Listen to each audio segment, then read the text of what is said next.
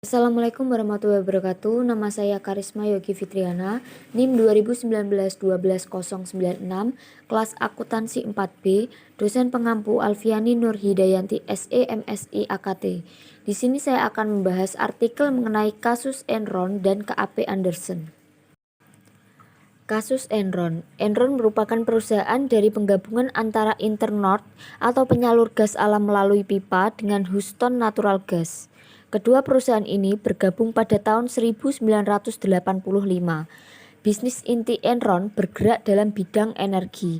Diverifikasi usaha tersebut antara lain meliputi future transaction, trading komoditi non-energi, dan kegiatan bisnis keuangan.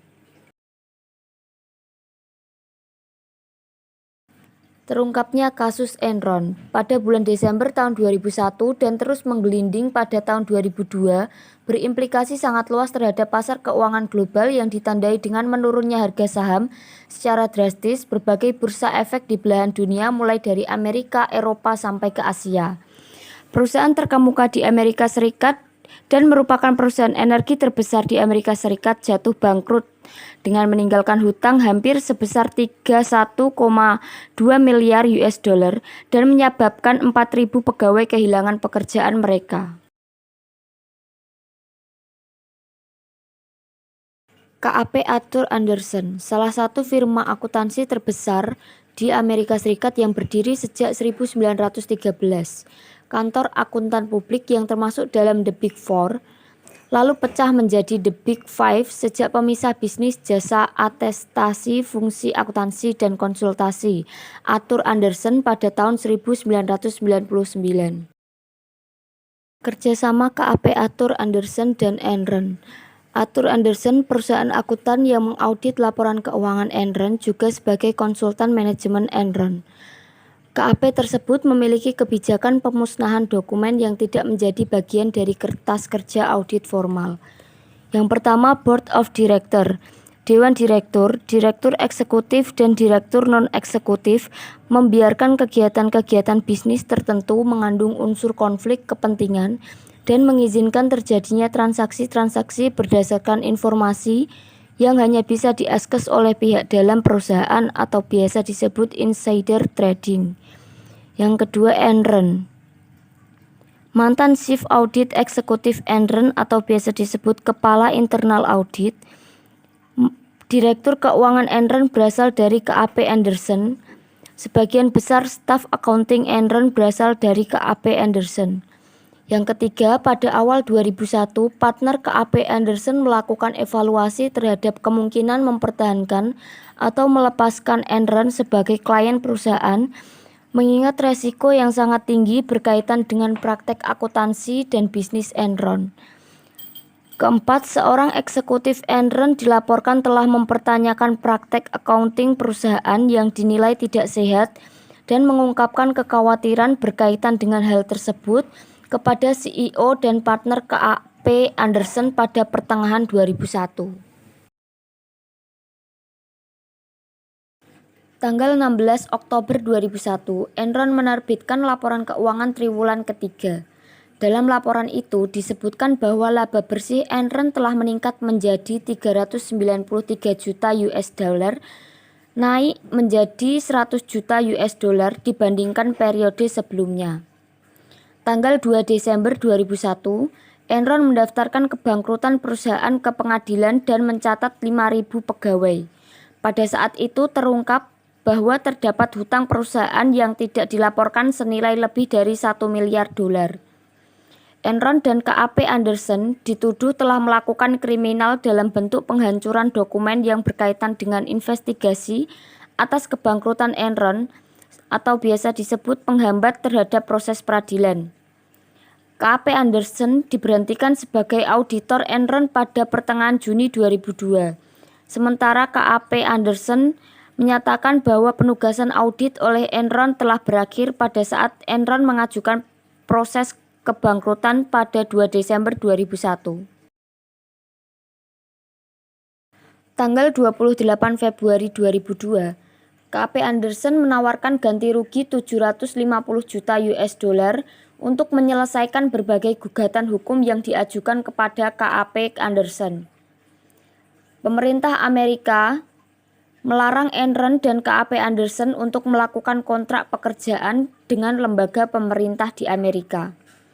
Pada tanggal 14 Maret 2002, Departemen Kehakiman Amerika memvonis KAP Anderson bersalah atas tuduhan melakukan penghambatan dalam proses peradilan karena telah menghancurkan dokumen-dokumen yang sedang diselidiki.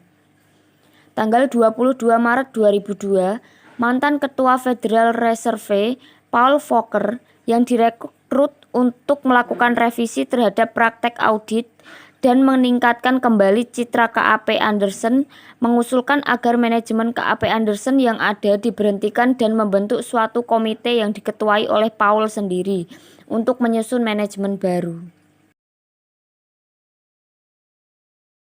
Pada tanggal 8 April 2002, seorang partner KAP Anderson, David Duchan, yang bertindak sebagai penanggung jawab audit Enron mengaku bersalah atas tuduhan melakukan hambatan proses peradilan dan setuju untuk menjadi saksi kunci di pengadilan bagi kasus KAP Anderson dan Enron.